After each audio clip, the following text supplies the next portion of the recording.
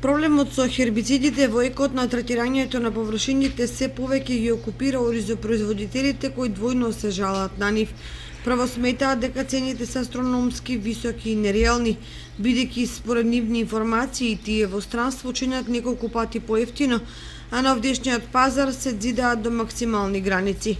А второ се сомневаат дека истите се со несоодветен квалитет за да ги уништат плевелите, иако како што велат прскаат по два пати. Таквата ситуација ги збунува и практично не знаат што да прават.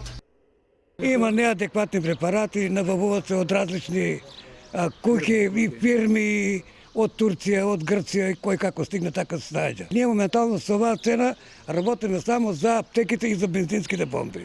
Со 35 денара, ако вака остане подобро да не се евори. Ако инспекцијата контроли и ако искочи на терен, ќе се стабилизира состојбата. Едно од можните излезни решенија со хербицидите е вклучувањето на науката и стручњаците кои врз основа на анализи треба да посоветуваат кои препарати на кои површини треба да се употребат. Не знаеме со што да прскаме више.